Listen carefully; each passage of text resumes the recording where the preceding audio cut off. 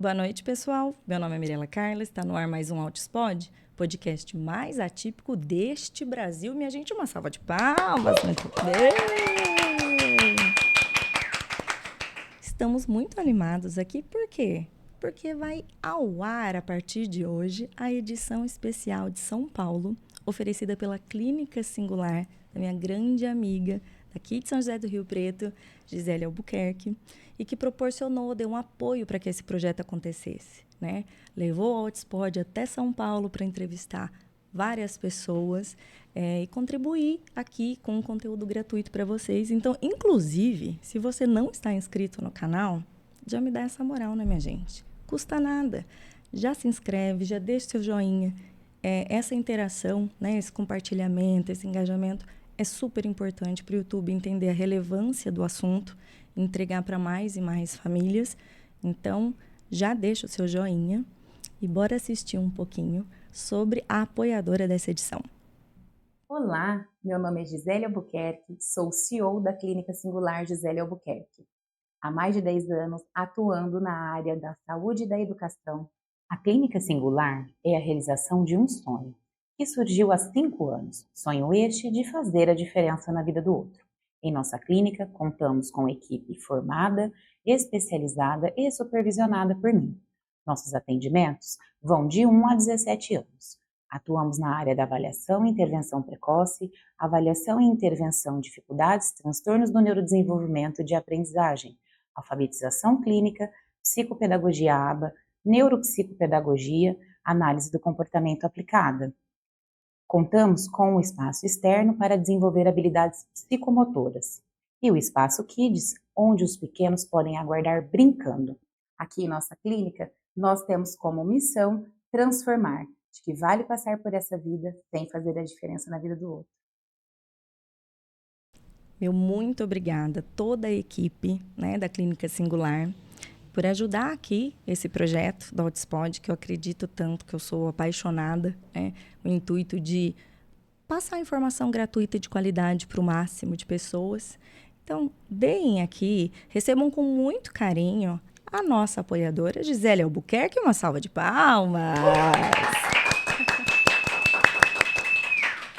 Ai, Mi, eu quero agradecer, né, você mais uma vez com todo carinho e confiança em meu trabalho, o trabalho da minha equipe, que é um trabalho muito sério, que é um trabalho de transformar, né, a nossa missão. E é uma honra poder estar aqui fazendo essa abertura junto com você, da edição São Paulo, e conte com a gente sempre, né? Eu falo isso sempre para você, pode contar. A Gi já participou aqui também do podcast. Já tem quanto tempo já, Gi, da nossa última conversa? Tem uns belos meses atrás aí, né? Acho que foi em meados de 20 de dezembro, né?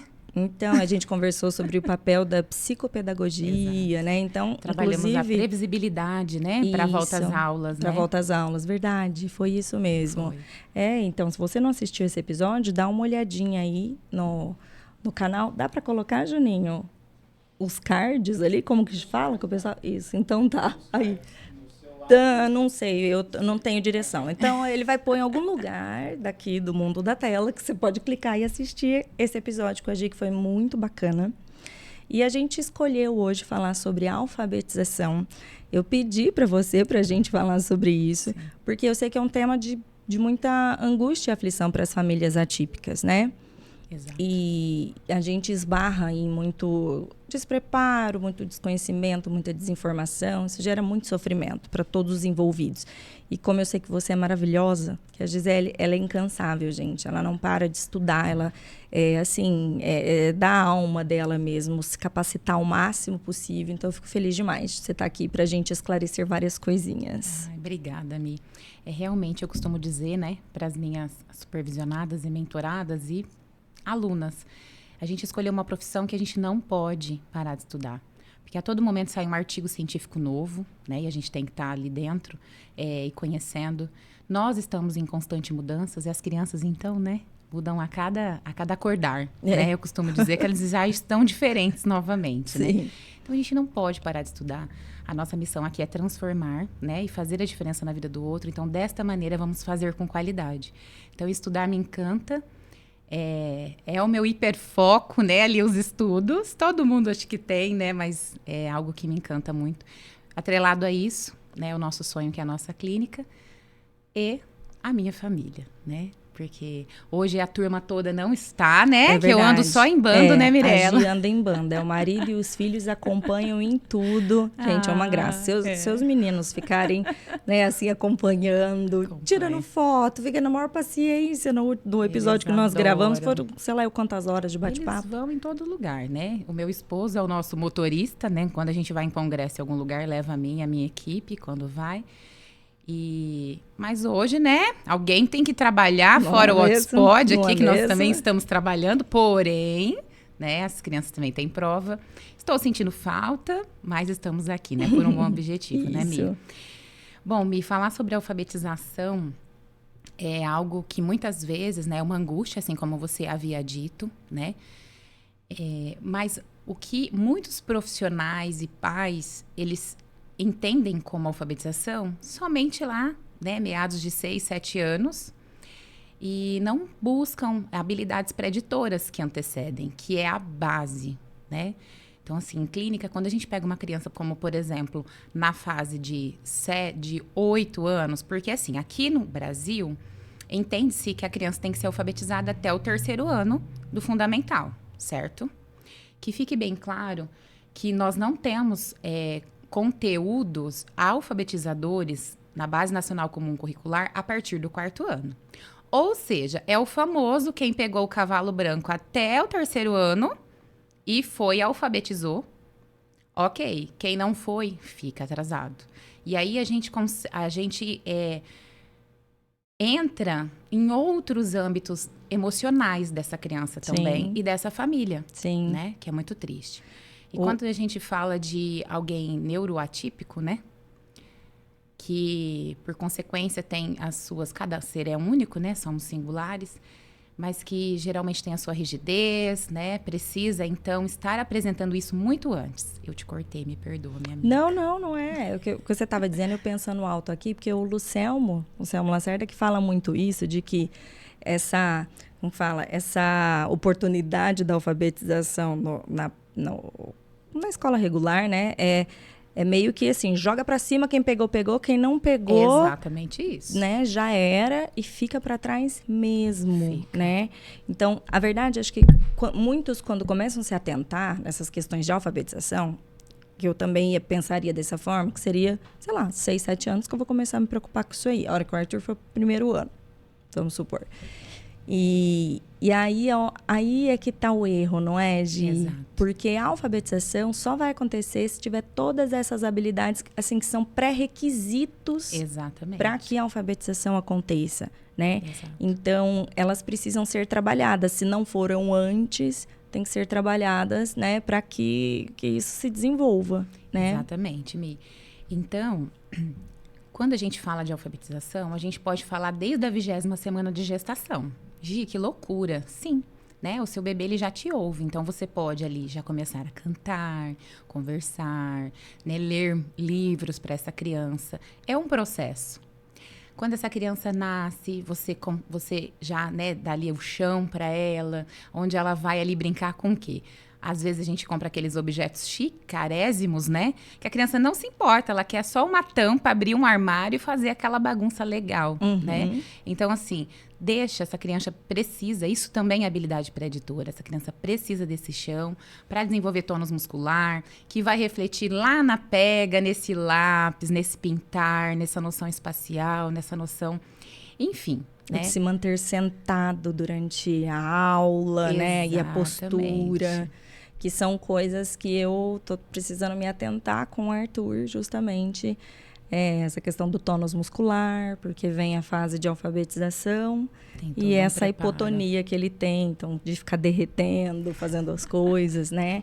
Então, realmente o que você disse. Você me falando de derretendo, eu me lembro dos meus pacientes. Vem todos na minha cabeça, né? Mas tem se derretendo. Se derrete. Tem umas que, derrete, e aí, de repente, você conversa, né? É maravilhoso. Eu brinco com a mãe. Lá, já fez igual o Transformers. Se transformou. Eu, vamos embora, dá a mão pra tia Gi, aí se transforma. e entra, é muito engraçado. E eles são incríveis, mas sobre a hipotonia é isso mesmo, né? Essa preparação toda. É muito interessante esse conceito que você disse, que a alfabetização ela começa lá atrás, né? Desde a barriga, e não ali com 6, 7 aninhos, quando já estiver iniciando o primeiro ano, né? Do fundamental. Aí, com 6, 7 anos, nós perdemos o quê? As janelas de oportunidade da primeiríssima infância, da primeira infância, que vai até o final dos 5 anos, né? Onde essa neuroplasticidade, nessa época da primeira infância, ela está assim, né? Sinapses cerebrais borbulhando. Então, a absorção da aprendizagem é muito melhor. Então, por que que nossa clínica a gente trabalha de 1 a 17 anos, né? Não só com crianças, por exemplo, com autismo, mas crianças com atrasos. Então, a gente vê, é fantástico trabalhar com bebê, né? A resposta, Meu Deus, é incrível. Então, assim, né? Estou com bebês em processo de que havia-se uma desconfiança, né? Até mesmo da neurologista, como, por exemplo, de que fosse autismo.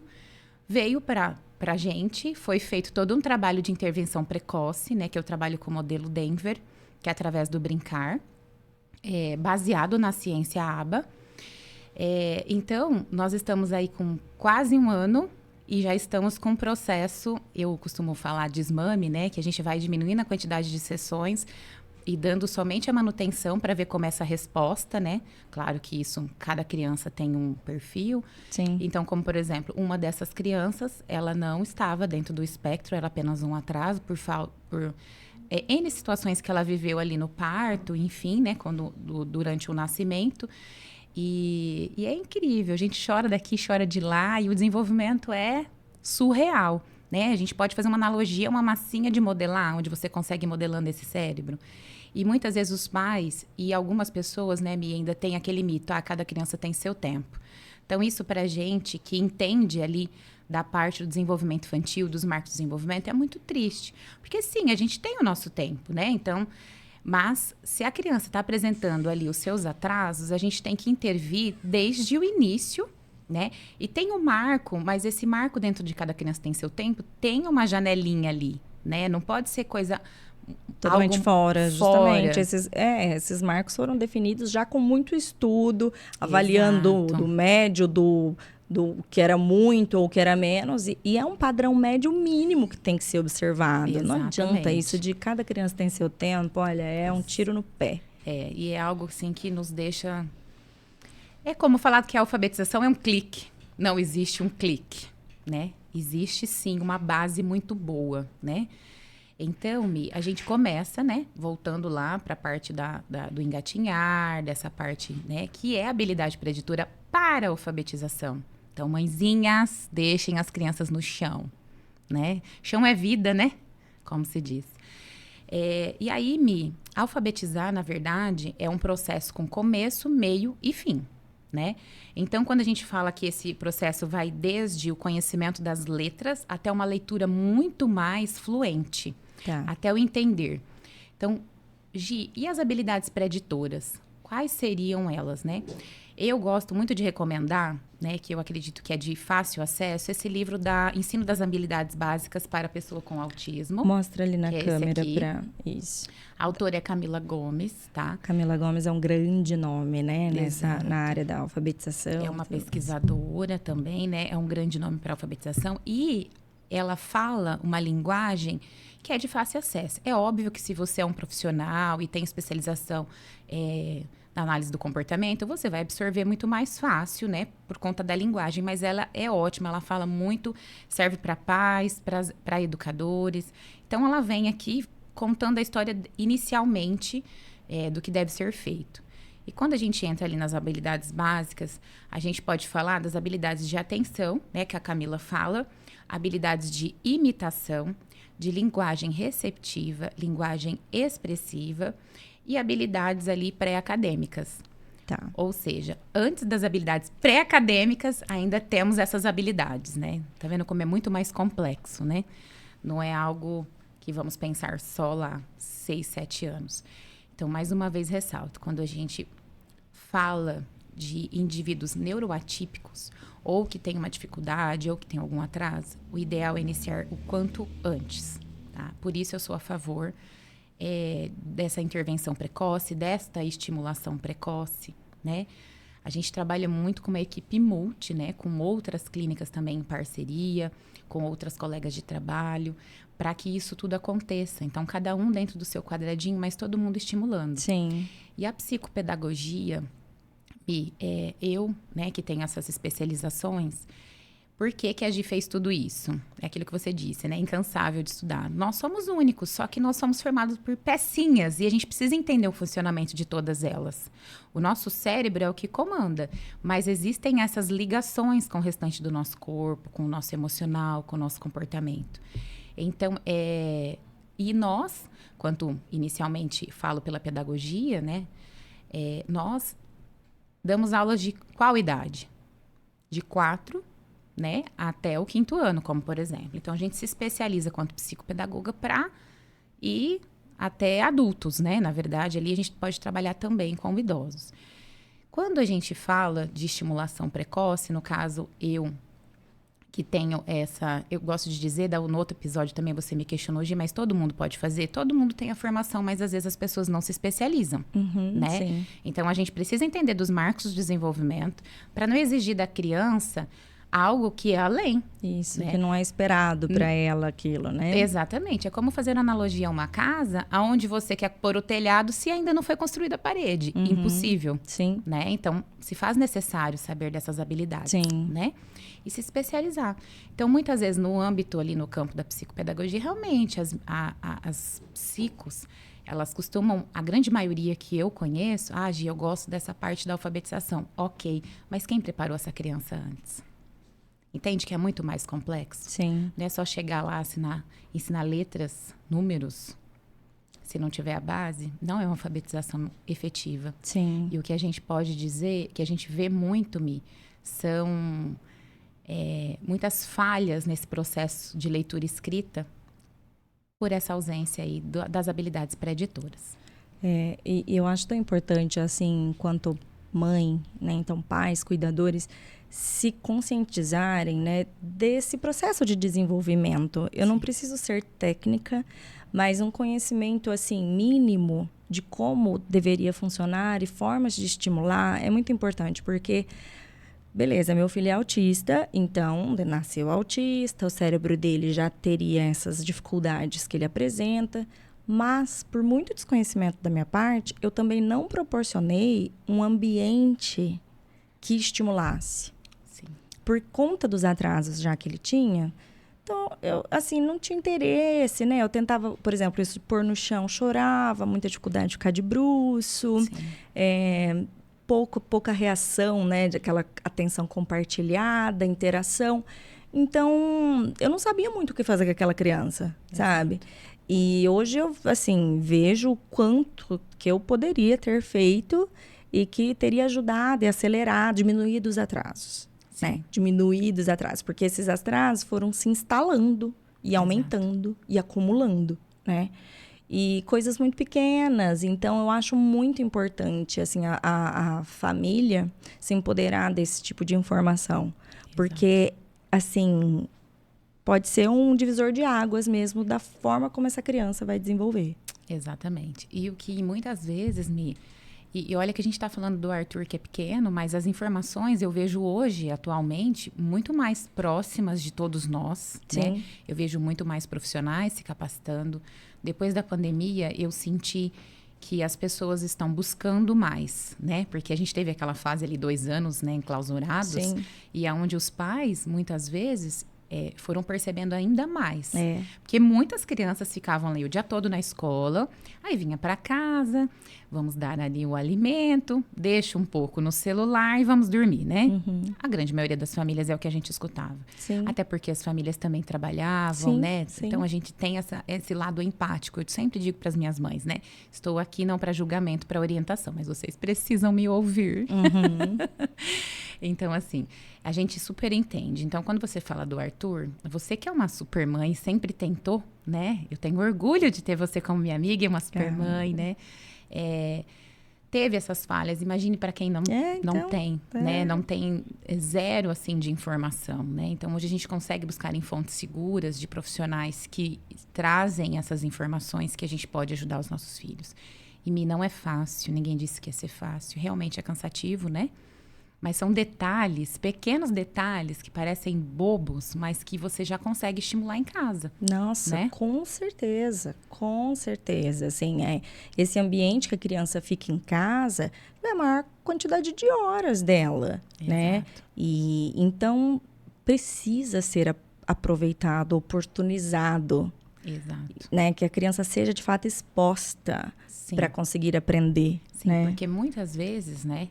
A grande maioria dos casos, claro, eu nunca vou generalizar, porque a gente sabe que muitas famílias não têm acesso, né, Mi? Sim, não tem acesso à terapia, sim. não tem acesso ao Sistema Único de Saúde, tem essa dificuldade, também a demanda é muito grande, ou até mesmo pelos próprios convênios, né? A gente sente essa dificuldade por falta de profissional. Sim. Mas o que a gente também vê muito, né, é que a gente precisa de um tripé: terapia, família e escola, certo? Então, assim, essa criança vai a partir do 4º mês, já vai para a escola, como por exemplo. E não adianta você levar seu filho na terapia e não fizer a sua parte em casa. Mas também você, quanto terapeuta, não adianta fazer ali, estimular e não ensinar essa família, e não orientar o que ela deve fazer em casa. Então, assim, eu costumo dizer, e eu falo muito para as minhas mães, que eu estou te orientando, faça a sua parte. Né? E sempre estou lembrando elas, né? E elas são incríveis. A gente sou apaixonada das minhas mães, tá? Porque elas falam: Gi, não fica uma onça de bigode, não, mas eu não fiz a tarefa. Como não ficar, né, dona Mirella? Então, assim, eu explico para elas, mais uma vez ressalto, orientação não é julgamento, mas elas precisam entender. Sim, e eu sim. também tenho essa parte empática de saber que é cansativo. Sim. E que elas também precisam de uma saúde mental, de um tempo, às vezes não tem esse apoio, né, Mi? Sim. Mas então... Mas tem que entender como que funciona esse desenvolvimento. Precisa estar a par. A informação precisa estar ali, né? Essa transparência, isso precisa estar ali. E aí cada família vai fazer como der, como conseguir, enfim. Exato. Mas às vezes o que falta mesmo é a informação e a percepção da importância desses tipos de ambientes que possam, assim, enriquecidos, né, esse enriquecimento ambiental, assim, na casa, no convívio, para oportunizar essa aprendizagem. Perfeito. Né? E quando a gente volta lá nas habilidades preditoras, né? Então, para a gente falar sobre habilidade de atenção. Isso, vamos falando uma a uma. Então, vamos atenção. Lá. Atenção. O que está dentro da habilidade de atenção? O sentar, o esperar e o contato visual. Gi do céu, meu filho não olha para mim de jeito nenhum, não olha para terapeuta. Tá tudo bem, eles não gostam muito dessa relação olho no olho. Aliás, nós temos nossos pequenos, grandes autistas lá que às vezes olham dentro da sua alma, né? Que olham mesmo para você. Mas tem uns que não. É um contato visual breve, mas ele precisa ser estimulado, tá? Então, a tia Gi coloca tiara, tia Gi coloca no óculos adesivo, né? Se a criança gosta, tem época que gosta muito da Peppa, como por exemplo, então a gente vai utilizar como reforçador para estimular o que é de preferência da criança, como por exemplo, né? E o que eu falo muito para as minhas mães é: usem entonação, sejam as palhacinhas da casa. Sim. Uma casa muito quieta, no sentido de que não conversa, como você vai estimular a fala e o vocabulário dessa criança? Sim. E a atenção dela para você, se é tudo muito morno, né? Tudo monótono, Nossa, nada interessante. Nada interessante, a não ser fazer algumas artes. Então, assim, eu tenho uma pacientinha que eu amo de paixão, todas elas, mas ela a mãe ontem chegou inconformada na clínica, tinha quebrado a televisão, tá? Por quê? Porque agora a gente treinou tanta parte de atenção que ela estava muito atenciosa à TV e, na verdade, a mãe acha que ela queria entrar ali dentro do desenho, né? Então, ela queria... Porque antes ela não se importava, poderia ali...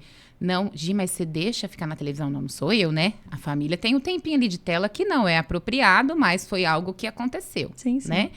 Então, assim, ela tá descobrindo o mundo agora, né? Nesse caso dessa pacientinha, ela teve um autismo regressivo, é uma menina, né?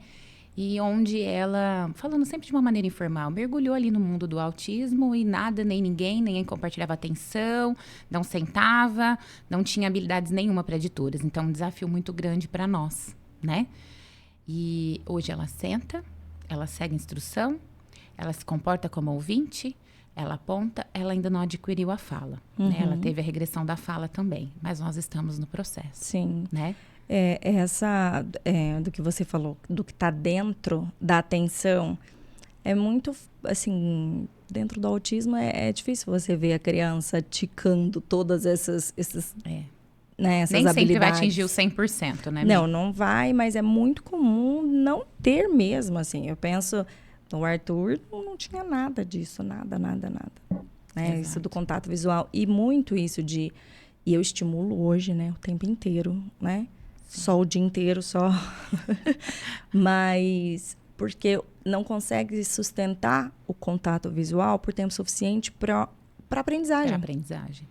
Para, né, assim, pegar todas as dicas, todas as informações daquela tarefinha, todas as regras da brincadeira, não se mantém atento. Fora que eles se apegam a detalhes, né? Não, totalmente. A detalhes, não um todo. Não todo, isso. Por isso que é a estimulação precoce, Mi. Porque, veja bem, se a gente tem ali a neuroplasticidade, que a gente consegue estimular nos anos iniciais, por que você vai deixar lá nos 6, 7, 8 anos a se preocupar com a alfabetização, que é muito complexa? Sim. A gente precisa de uma estimulação que seja explícita, ou seja, ensinada desde pequenininho, para quando ela chegar ali na escola, que olha a quantidade de distratores.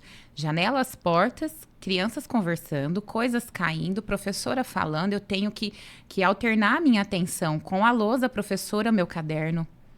Olha como isso é complicado. Sim. Sim. E que às vezes a gente, por exemplo, eu não tive dificuldade, sei lá se eu tive, acho que não, que minha mãe nunca me relatou nada, de alfabetizar. Mas olha como é complexo. Quando a gente para pensar nesse processo, né? Exato. E aí aquela criança, não tá conseguindo, né, se alfabetizar, mas ela, na verdade, nem se mantém sentada o suficiente, ela nem espera, não tolera a espera, né? Então, aí você diz sentar, esperar. Contato visual. E contato que tá dentro da habilidade de atenção. Então, e aí, pode falar, desculpa. Não, eu tô dizendo que assim... As duas falam pouco, né? Pouco. Normal. Porque a gente, quando você vê algo que não está acontecendo, então a alfabetização, mas é só a pontinha do iceberg, né? Tem várias outras coisas ali por trás. Exatamente. Então, Gi, como que eu estimulo esse sentar? Dentro da neurociências, é falado muito que a criança é movimento. Ok, a criança é movimento. Ela precisa de movimento para ela desenvolver. Só que se a gente for pensar a longo prazo, a gente precisa de movimento, mas a gente precisa de uma organização e um equilíbrio. Por quê? Como que você vai aprender a ler e escrever em movimento a todo momento, certo? Então, a gente começa desde pequenininho a fazer o quê? Muitas vezes, quando eu gosto sempre de dizer os casos da clínica, porque é algo que eu vivencio. Então, às vezes, quem está nos ouvindo vai, né, entender o que eu estou querendo dizer, porque às vezes está dentro da sua própria casa, ou de algum amigo, exemplo um parente, prático é sempre bom. Manda vídeos, por exemplo, no processo avaliativo. Se a criança tem diagnóstico ou não, eu sempre peço vídeos de casa, enfim, para que eu possa analisar como é esse ambiente, né? Tá aquela casa com 1 milhão de brinquedos, todos ali dispostos à criança, aquela loucura, né? Se eu fosse criança, eu ia fazer igual um floquinho de neve, ia deitar ali e ficar muito doida naquele lugar, bagunçando aquele monte de brinquedo. Ok, que legal, né? A criança tem um monte de brinquedo. Mas será que os pais sabem para que servem esses brinquedos e o que a gente pode estimular? Quem sabe, com uma caneta estimula várias habilidades, certo? Então, os pais não têm esse preparo e eu recebo também alguns profissionais que também não sabem por onde caminhar. Então, às vezes, fica comprando aquele monte de brinquedo, de estímulos, mas que um só, de repente, conseguia fazer bastante, né? Sim. A primeira coisa que a gente pode limitar, tá? A criança tem tudo aquilo, então qual o seu objetivo? A criança não sabe brincar? Então vamos pensar numa criança de 2 anos que não senta-me para brincar, 2 anos e meio. É uma criança em movimento? Ok, tem que ter, vejam bem. Existe um tempo para a gente começar a estimular. Não vai exigir que a criança fique meia hora, 1 hora sentada fazendo, que não é sobre isso, tá? Então vai depender muito da característica de cada um. Mas que você consiga ficar ali 30 segundos dele olhando para você, por exemplo, ou você lendo um livro, uma frase do livro, comece por aí. Já é uma habilidade que você já está fazendo essa introdução na parte da alfabetização, da atenção, né? Já é habilidade pré-editora. Então, ele sentou, ele às vezes não tem contato visual com você, mas vai estar olhando ali o livro. de ir brincar, né? Que você estava falando dos brinquedos. Então, limite esses brinquedos. A criança não brinca com nada, simplesmente é tudo misturado. Então, o que a gente pode ali estar dentro dessa mesma habilidade de atenção? Brincando com o quê? Que aí, quando a gente fala das outras, que é imitação, linguagem receptiva, expressiva, entra tudo junto em uma só. Então, a gente precisa... hoje eu vou estimular a habilidade receptiva. Não. Dá para fazer tudo junto. A gente só precisa entender. O que é. O que é. Então, tá, Gi, o que eu vou estimular na minha criança de 2 anos e meio? Ela sabe brincar? Gi não sabe. Pega os carrinhos, enfileira tudo e tem toda uma rotina de como vai ficar esses carrinhos. Ou pega os seus ginos, enfileiram tudo e não tem um brincar funcional, um brincar simbólico, não tem um brincar de faz de conta, porque ele tá nessa construção, Sim. certo? E as crianças maiores também, porque a gente pega crianças lá de 4, 5 anos que não sabem nada, né? Então, a gente retoma. Fazendo analogia uma casa, vamos lá na base, né? Vamos fazer esse alicerce bem feitinho para não dar problema lá na alfabetização, que é muito mais complexo. Sim. Então, senta, separa 2, que eu gosto muito. Sabe o engenheiro? Aquela caixa de engenheiro? Sim. Vamos construir uma casinha, uma pontinha, né? E vamos pegar o carrinho, vamos dar função para esse carrinho. Então, a gente brinca com essa criança alguns minutinhos, ele vai entender. A gente trabalha vários conceitos, como em cima, embaixo, dentro, fora, caiu, desceu. Mas assim, veja bem, terapeutas e família, não é assim, ó, joga em cima. Não, entonação, seja divertida, né? Use onomatopeias, faça barulhos, seja interessante, Sim. né? Porque eles já não têm essa situação de não ter ali O interesse, né? Você precisa despertar. Precisa despertar. E outra coisa, na estimulação precoce, você segue a liderança da criança. Só que se você deixar aquele monte de brinquedo, simplesmente ela vai ficar ali, que é não generalizando mais uma vez, gosto sempre de ressaltar, porque às vezes eu tô falando e essa criança não é desse jeito, né? Sim. Mas assim, o que a gente vê na grande maioria em clínica, aquele fuzuê, aquele monte de objetos e não brinca com nada. Então assim, a gente segue a liderança, mas você tem que organizar seu setting terapêutico, seu cenário terapêutico em casa e nas terapias. Então eu quero que ele brinque com o carrinho e com o monta-tudo. Tira todo o resto. Tira o resto, né? Outro dia eu falei com uma mãe, gente, né, em processo avaliativo, eu falei assim, quando eu fui fazer a devolutiva, eu falei, agora eu estou vendo o seu rostinho, que você deve estar pensando que vai ter que alugar uma caçamba, né, para guardar esse monte de brinquedo, porque era uma coisa, e realmente, né, a gente tem essa vontade de dar tudo para os nossos filhos quando a gente tem condições, ou não, né, se não tem, e acaba... muitas vezes esse excesso prejudica. Quando Exato. eu também iniciei as estimulações com o Arthur, então as terapeutas foram lá em casa. E aí também, reorganizar a minha casa. É bem isso. Ele não brincava com nada, né? Na minha cabeça, como ele não tinha interesse, eu tinha que deixar à vista. Exato. Então, aí a gente reorganizou. Tirei 90%. A gente elegia um brinquedo. Assim, né? Então, bola, sei lá. Exato. Bola, eu Perfeito. deixava só a bola. Aí, podemos com a iniciar bola, com um só, né? Eu já pulei para 2 pra gente brincar ali de faz de conta também, né? Não, mas assim, eu digo, a gente tem que limitar justamente, porque senão é muita coisa chamando atenção. E o Arthur era muito desinteressado. Então, dei o exemplo da bola, porque eu me lembro muito bem, eu fazia um monte de variações com a bola, né? E para tentar chamar a atenção dele com barulhos e onomatopeias. Então, eu batia na parede, pá, a bola, né? Batia na mão, jogava para cima, levava no banho, colocava embaixo do chuveiro para ver o barulho que fazia. Então, com um objeto, a gente vai conseguindo várias coisas, né? Eu pegava bexiga. Então, um dia era bexiga d'água, outro dia enchia de areia, outro dia era só soprar e soltar que ela ia pela casa. O outro eu enchia mesmo pra gente jogar pra cima. Então, as meninas lá me orientaram nesse sentido, porque eu deixava à disposição. E era a maior frustração minha. Porque ele não se interessava por nada mesmo, assim. Eu lembro das festinhas de aniversário, o pessoal, ai, o que eu dou pro Arthur? Eu pensava, não sei, o que eu dou? Roupa, porque, tipo, realmente, ele não brinca com nada. Então, é importante isso do ambiente, a gente preparar, como você disse, esse setting, né? Isso. Pra fazer, sabendo os objetivos que a gente tem e estimular. Exatamente.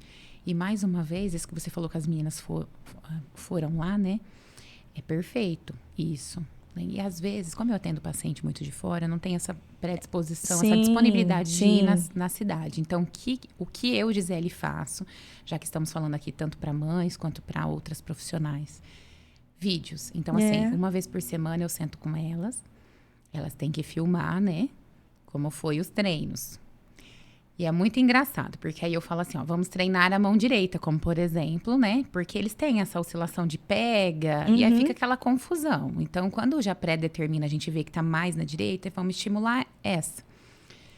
E aí eu não aguento, Mirella. Aí você pega os vídeos, a criança com a mão esquerda. E eu, misericórdia. Então, por isso que é importante nós, terapeutas, ficarmos por dentro do que tá acontecendo em casa. É lógico. Porque você tá ali, ó, você atende a criança todos os dias, algumas horinhas, né?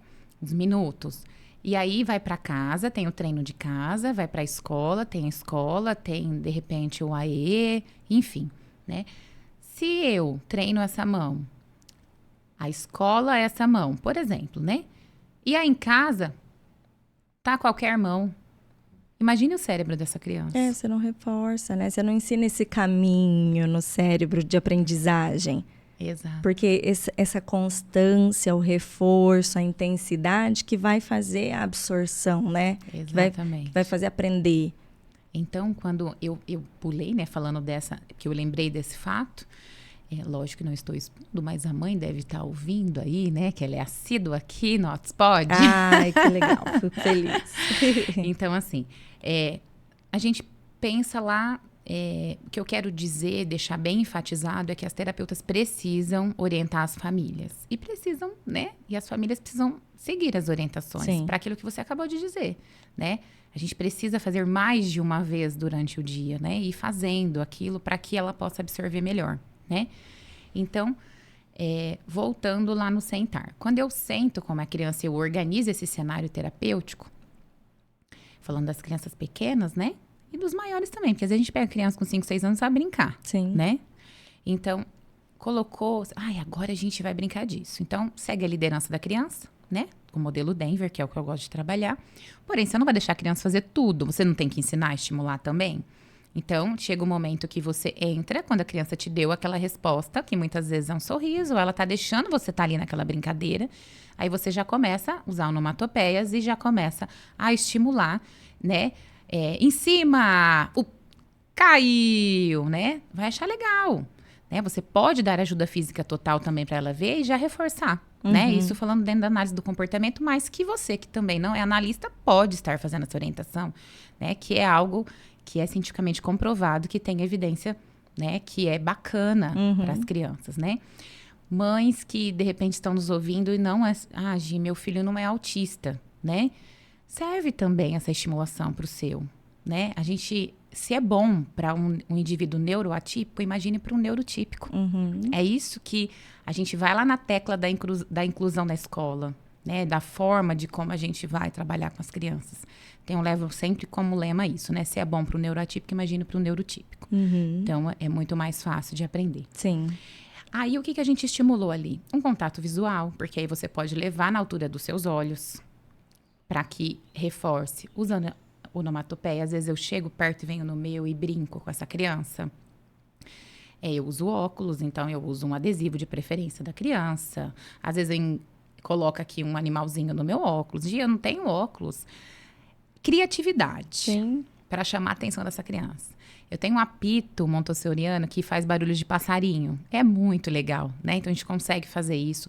Estimular essa parte de atenção da criança também, né? Para ouvir o som, onde é esse barulho, né?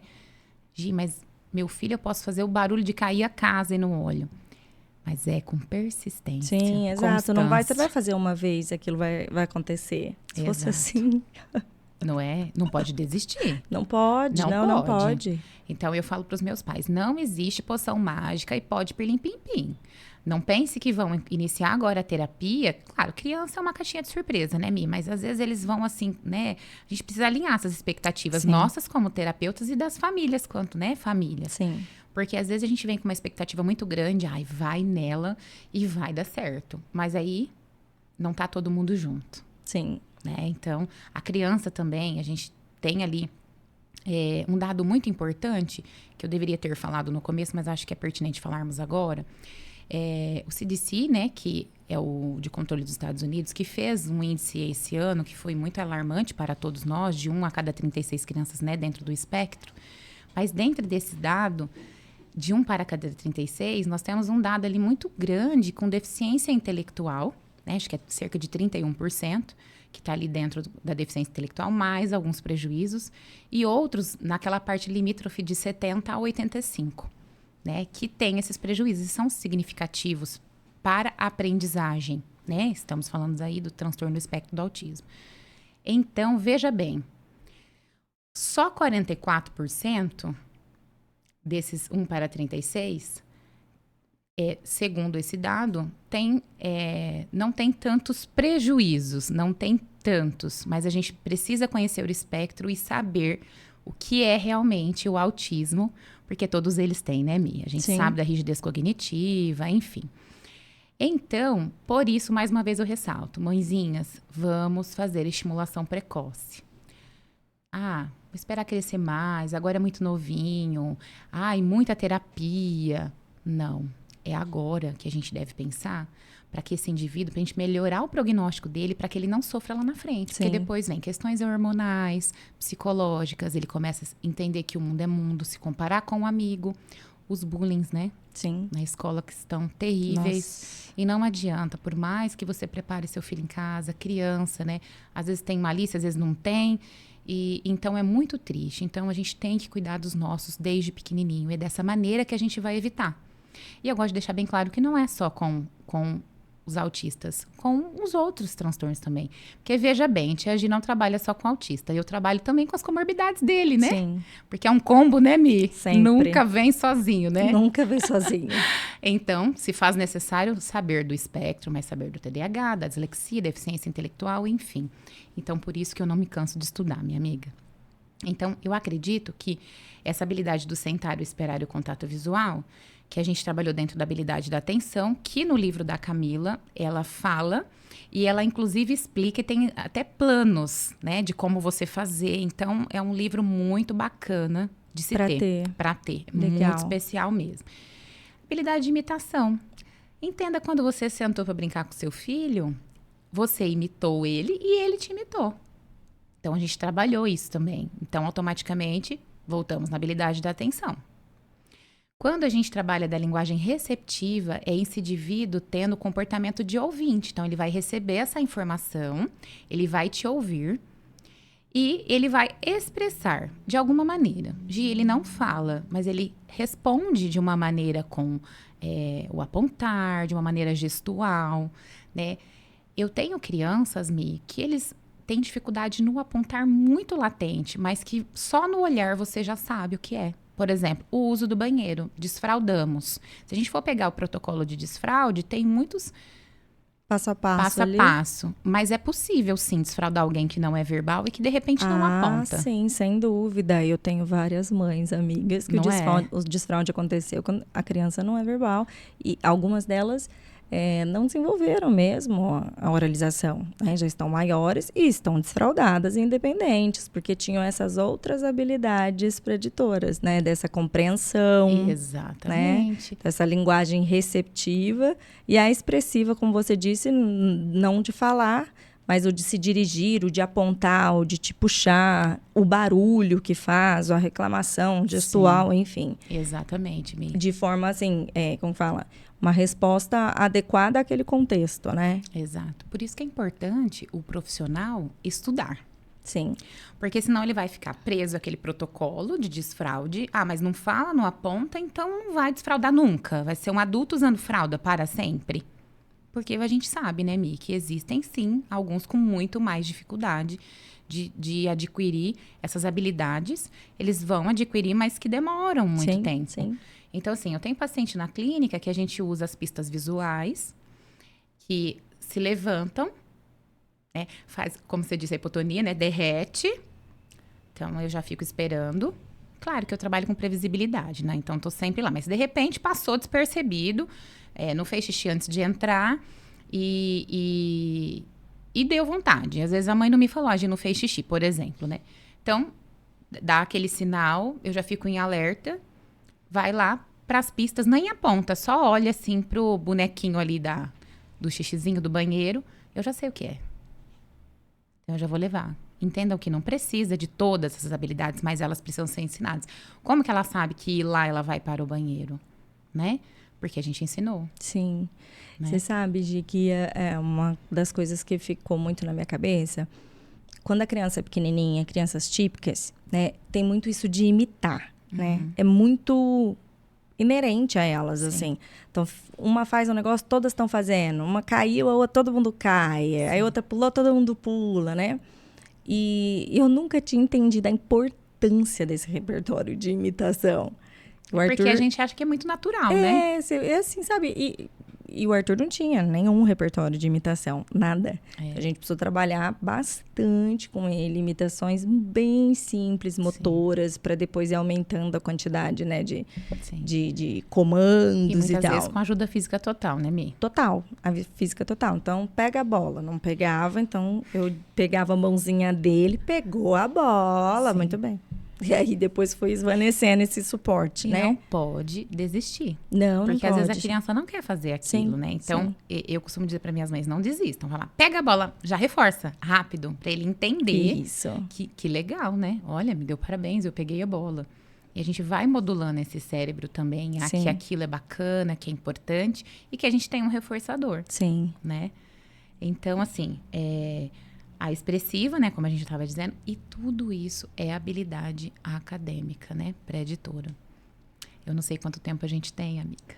Não, a gente vai ter que ir encerrando, porque, pessoal, a gente vai dividir em vários episódios, né, esse tema, porque a alfabetização é muita coisa. Então, essa a gente juntou aí a parte dessas habilidades preditoras, mas eu queria que você mostrasse aqui um pouquinho do material que você trouxe. Vamos lá, então. Eu trouxe, né, o livro que eu já disse, né, da Camila. O que a gente pode trabalhar como habilidade pré-editora também, tá? Então, o que nós temos aqui? Esse materialzinho aqui, ele é, veja bem, um barbante, onde eu vou fazer a costura, né? Pra já tá fortalecendo o tônus muscular. Olha lá, a tia Gi não conseguindo fazer. Pinça. Concentração, atenção. E a gente vai costurando. Ai, Gi, isso é muito fácil. Não é. Não é. Não é. Ixi, eu treinei muito alinhavo com o Arthur. Eu fazia um monte de material de papelão com desenhos e pegava as linhas. Usem a criatividade. Para costurar e... Eu quis trazer umas coisas mais bonitinhas aqui, Lógico. né? Mas a gente usa, como diz a Mirella, uns cacareco também, né? Que é importante. Mas é Papelão, legal para entenderem essas dicas, né? Sim. Dessas habilidades preditoras. O que mais que tem aí? Nós temos aqui, eu intitulei como a Fátima, tá? Então, pera lá. Pode, vamos tirar. Eu coloquei o nome de Fátima. Eu derrubei a mãozinha da Gente, Fátima. deixa eu contar pra você. Minha mãe, ela é negra, mas essa Fátima tá branquinha, tá? Mas eu quis colocar o nome dela de Fátima, porque minha mãe me ensinou muita coisa. Então Fátima é sua mãe. Fátima é minha mãe. Tá. Então, aqui o que a gente consegue fazer Deixa em pé. Foi uma mãezinha... Ou dá pra ver? Dá? Ó, é de feltro, mas veja bem, a gente pode usar o que a gente tem em casa. Então, é montando as partes, a gente precisa entender o que a gente pode fazer. Se eu não tenho uma boneca de feltro dessa, não tenho condições, não vou conseguir, não sei quem faz.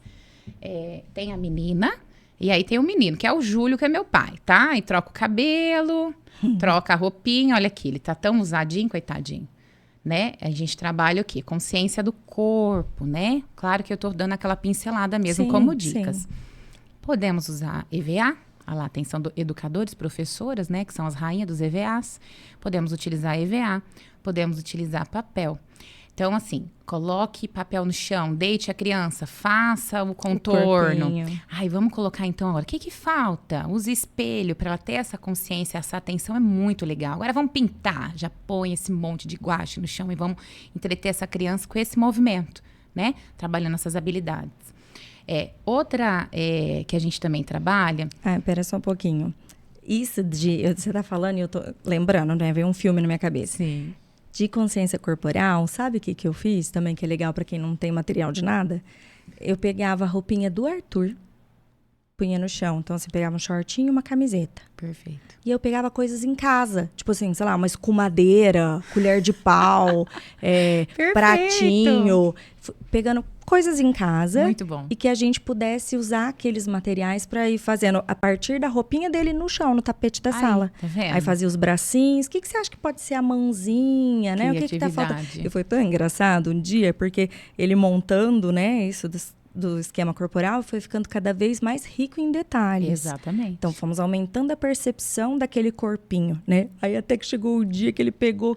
Gente, o que foi? Ele pegou uma pecinha de Lego e pôs aqui, assim, pra fazer o pipi. Aí, tá vendo, né? Eu falei, que bonito. Ele ainda não falava. Mas, né, ele enchendo. Cada vez eu fiz isso muitas vezes com ele. Muitas vezes. Você tá vendo? Então, assim... E a gente pega a criança lá de 6, 7 anos que não tem a consciência do corpo. Isso, que não tem. Ele não tinha também. Então, eu trabalhava isso no banho, né? Trabalhava com bonecos. Ele depois teve interesse Você falou no banho, perfeito, né? Que é a habilidade, assim, porque muitas vezes eu tenho crianças com 11, 12 anos que a mãe ainda dá banho. Gente, isso é chocante. Não, Exato. A não ser assim, se a criança tiver... A não ser, não, nada. Mas fica difícil de justificar. Mas porque hoje não, a gente um autocuidado, uma super proteção desnecessária que bloqueia esse desenvolvimento. Sem dúvida, meu Deus.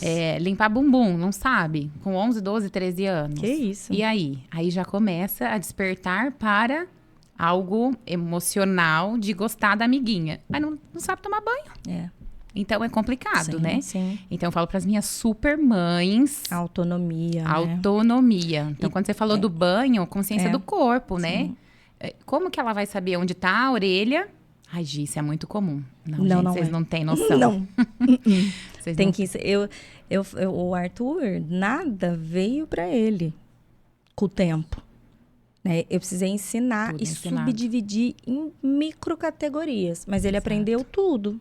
Entendeu? Então, a gente precisa saber mais desse processo de desenvolvimento e dividir em várias etapas mesmo, né? Para facilitar. A questão do banho, eu falo para elas. Ai, mas não toma banho direito. Depois você faz um faxinão. É lógico, mas você precisa oportunizar. Exatamente. Se não oportunizar, como vai aprender, não, né? Vai. Não existe. Então, aqui eu tenho muitos materiais, os meus cacarecos na minha bolsinha aqui do lado também. Mas eu acredito que habilidades pré-editoras, algumas ideias, que é trabalhar isso que a gente acabou de falar de consciência do corpo, né? O brincar, que a gente vai estimular ali o sentar, a atenção compartilhada, né? A focada. E vai conseguir trabalhar essa parte muito da memória também, que às vezes a gente volta naquele brincar, ele vai lembrar daquilo de novo, então a gente já vai estimulando essa memória de longo prazo.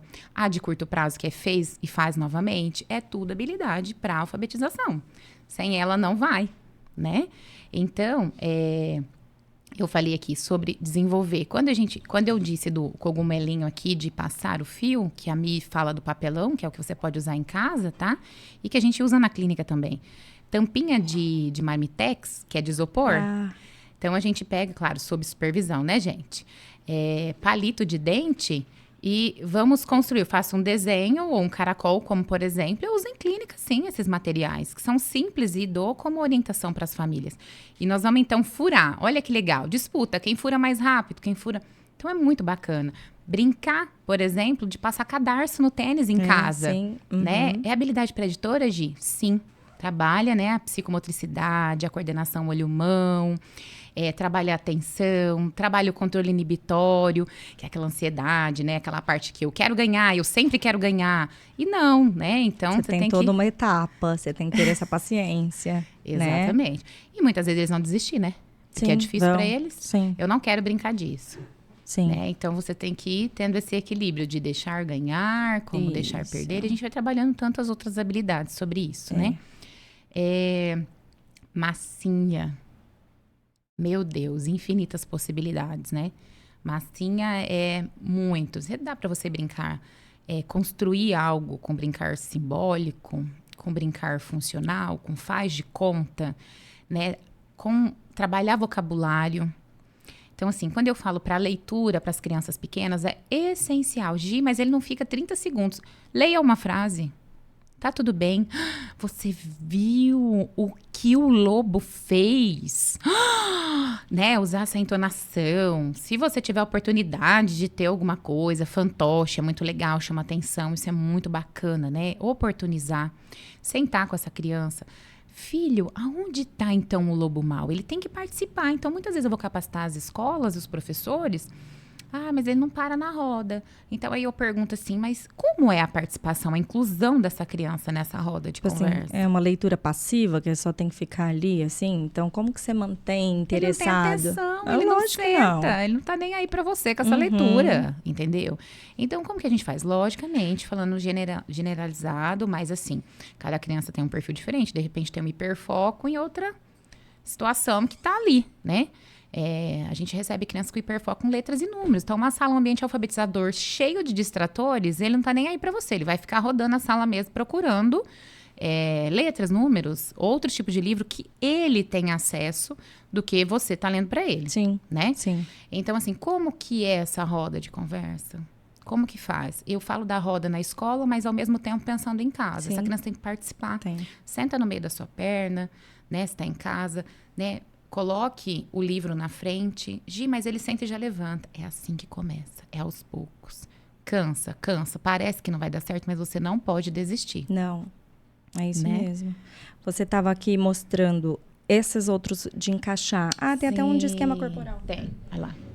Tem esse de esquema corporal. E a gente usa também, Mi, a parte que mostra aqui, ó. Que a gente trabalha muito. Deixa eu ver As se eu tô nessa, feições.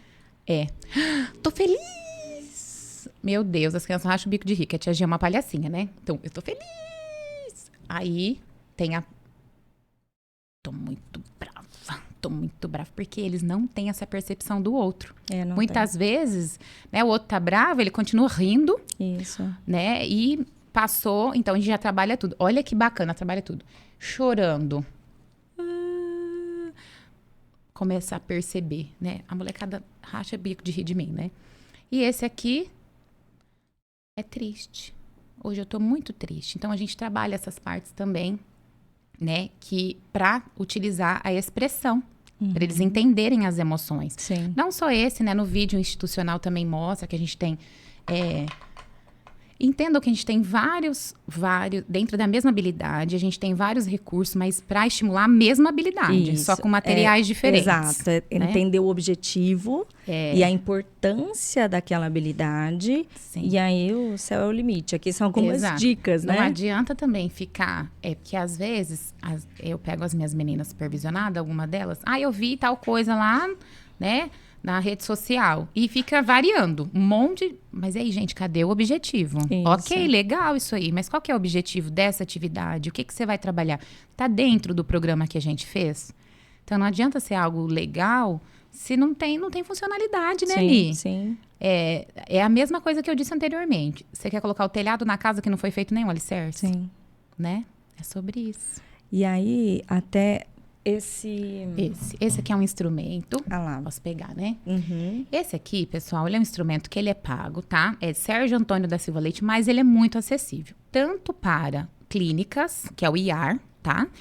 É instrumento de avaliação do repertório básico para alfabetização.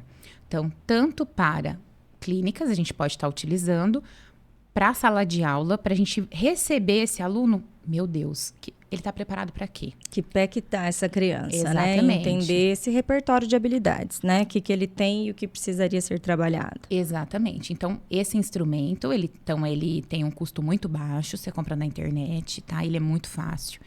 Gi, meu filho não aceita papel. Tá tudo bem. Eu, Gisele, junto com a minha equipe, nós desenvolvemos a adaptação, né?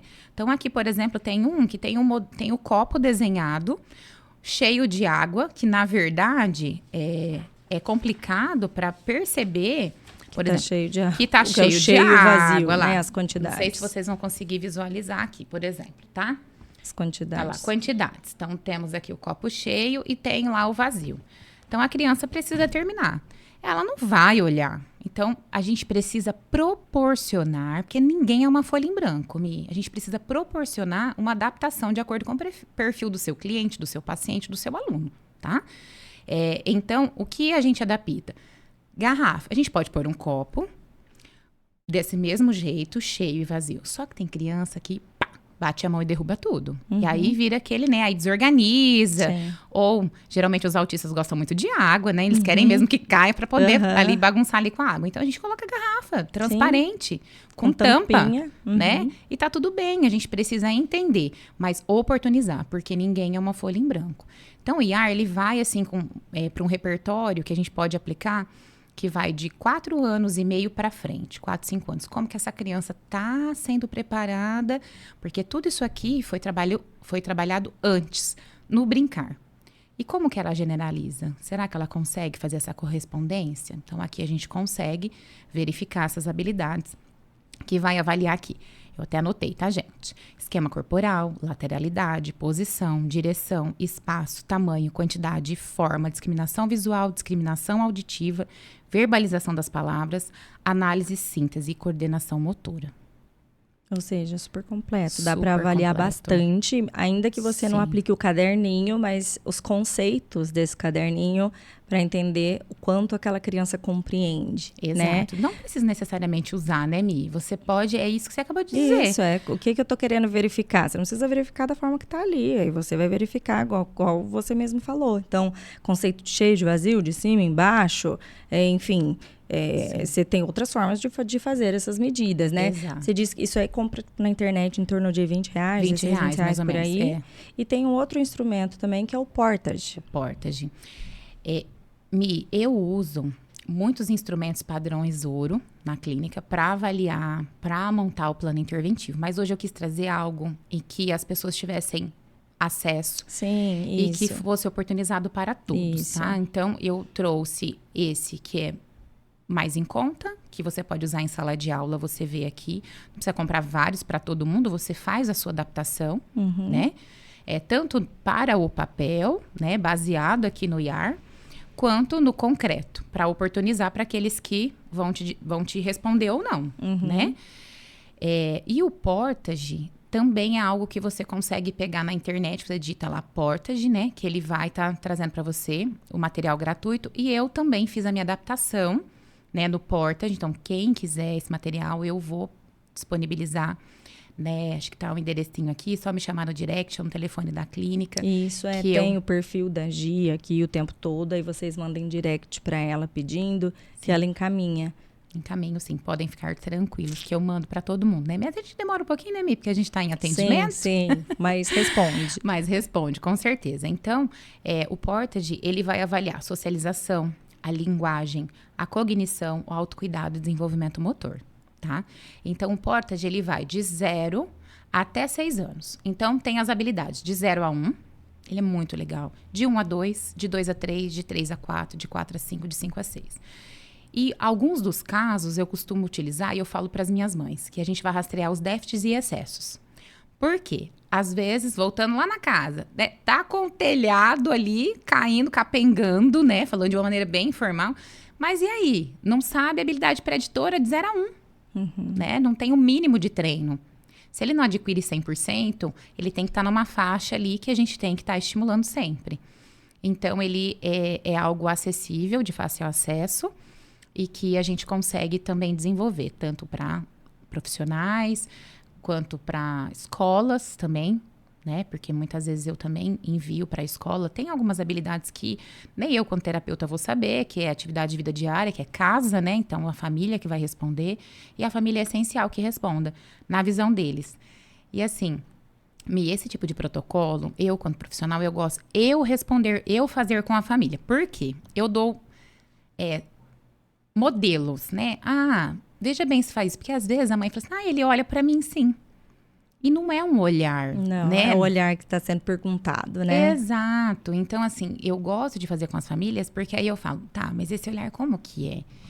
ele te olha por acaso, ele te olha rápido, né? Então, eu vou fazendo elas refletirem, né? E, obviamente, quando vem para a clínica, a gente vai fazer a nossa avaliação. Sim. Porque se ele faz isso em casa, faz em qualquer outro ambiente, né? Sim. Então, claro que a gente também sabe que em casa tem a família, o ambiente dele, né? Enfim. Mas a gente consegue saber se ele generaliza. Porque o objetivo de fazer a intervenção é que ele faça em todos os ambientes. Isso. Né? Não é ficar somente restrito à casa, porque ele não vai viver só ali, vai conviver em sociedade e precisa socializar. Tampouco a clínica, né? Com as crianças que, nossa, na clínica faz tudo ótimo, incrível, maravilhoso. Só não reproduzem mais em lugar nenhum. Exato. E a clínica não é um recorte mínimo da vida daquela criança. Perfeito. É onde entra quem? Os nossos super pais, que precisam nos ajudar em outros contextos. Porque a gente não vai estar lá a todo momento. A gente não vai estar na igreja, a gente não vai estar no supermercado, né? Não vai estar em todo momento. Então, às vezes tem uma acompanhante terapêutica, alguém que tenha, né? Que está ali para fazer. Mas e aí? Você é o pai e a mãe. Né? E uma hora que não está essa pessoa. E tem você. E a gente deve pensar muito, Mi. Às vezes eu falo... Porque eu preciso, às vezes, dar um chacoalhão nas minhas mães, sabe? Em algumas. Porque eu também, às vezes, preciso de um chacoalhão. Nós, né? Seres humanos, precisamos. Sim. E o que é fato é que os nossos filhos não terão a gente, pela ordem natural, para sempre. E como você deixa essas crianças aqui? Né? Porque nós somos o que mais amamos os nossos filhos. Esse é o grande medo de todas as mães e pais atípicos, quando eu não estiver. E aí é pensando nisso que a gente tem que tentar capacitar ao máximo possível. É isso, né? Por isso que eu falo que no início é difícil, né? Então a gente recebe pais que não aceitaram, que agora na adolescência que está muito rígido, e aí junta as questões hormonais, estão indo buscar. Então a caminhada se torna um pouco mais complicada pelo fato dos hormônios, a parte psicológica, mas não é impossível, né? Não desistam dos seus filhos. E quando a gente consegue e aceita ali, né, no começo, e consegue desenvolver, o prognóstico ele é muito melhor, né? Não quer dizer que nunca mais você vai passar por nenhum desafio, porque cada fase da vida é uma fase diferente, né, Mi? E esse grande medo das mães atípicas é o medo também das mães típicas, né? E que a gente precisa prestar atenção a isso. Sim. Né? É algo que a gente tem que se atentar a todo momento, porque a ordem natural da nossa vida é que a gente parta primeiro que os nossos filhos. E como que a gente deixa essas crianças, né, esses jovens e adolescentes aí despreparados? Sim. Ninguém terá o amor e a dedicação que a gente tem. Isso me emociona muito, porque é algo que eu quero que as minhas crianças tenham, que é poder, né, o mínimo possível ali conviver em sociedade com um mundo melhor nessa inclusão e que todos entendam e que eles possam aí ter autonomia.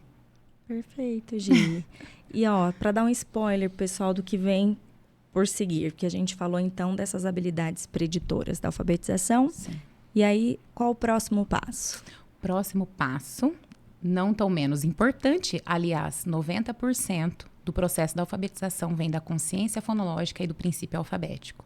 Então, vamos brincar, ensinar essas bases, sentar, olhar, imitar, que eu já havia, né, dito, e trabalhar o vocabulário através da leitura, eu brinco com as minhas mães, da fofoca mesmo, né? Tá dentro do carro, mostra a padaria, o que aconteceu, né? Porque muitas têm essa dor, né? Meu filho não vai me contar o que aconteceu. Porque às vezes eles não contam, né, Mi, o que aconteceu na escola, em X lugar. Então, vamos trabalhar o vocabulário, a fala. Tá com ele no carro, nada de tablet, celular não, hein, meu povo? Vamos conversar. Olha, filho, as cores do semáforo. Né, explicar o que é a padaria, o que faz na padaria, o que faz no supermercado, a barbearia. Então, vai aumentando esse repertório. Isso. Ah, mas não fala, Gi, mas e aí? Você não pode ficar calado. Se ele ficar calado, ele não vai imitar. Como que ele imita? Você falando. Então, bora. Vocabulário, habilidades do brincar, que a gente trabalha isso até ali os 3 anos. E com 3 anos, a gente sabe que indivíduos com autismo, como eu disse, trouxe ali os novos dados da CDC, né? Que diz sobre essa deficiência intelectual, esses prejuízos. Então, a gente já começa a ofertar a partir de 3 anos, 4 anos, para prepará-los para aquele grande cavalo branco que passa lá até o 3º ano, né? Joga para cima, quem não pegou no 4º ano ficou para trás, né? Então, a gente vai entrar nessa parte aí, que é 90% da alfabetização começa ali. De 3 anos, então mais uma vez recapitulo, indivíduos com autismo ou com algum tipo de deficiência, se faz necessário o atraso, trabalhar antes. Você vai exigir antes? Não, a gente não vai exigir, a gente vai apresentar, Isso. tá? De uma maneira lúdica, de uma maneira legal, mas que ele seja apresentado, para quando ele chegar lá naquele processo com os coleguinhas que vão iniciar aquele processo, ele já tenha ali uma previsibilidade do que ele vai ver. Perfeito. É isso, pessoal. Então, fiquem ligadinhos no próximo episódio, na parte 2, né? Que compreende 90% do processo de alfabetização. Então, você tá achando que foi muita coisa aqui? Não. Aguarde. Aguarde que tem por vir. Exato. Gi, obrigada, meu bem. Eu que agradeço, Mi. Muito E obrigada. até a próxima, pessoal. Fiquem ligadinhos. Se você ainda não se inscreveu no canal, se inscreve para não perder nenhum episódio, que tem muita coisa boa por vir. Um beijo. Tchau, tchau.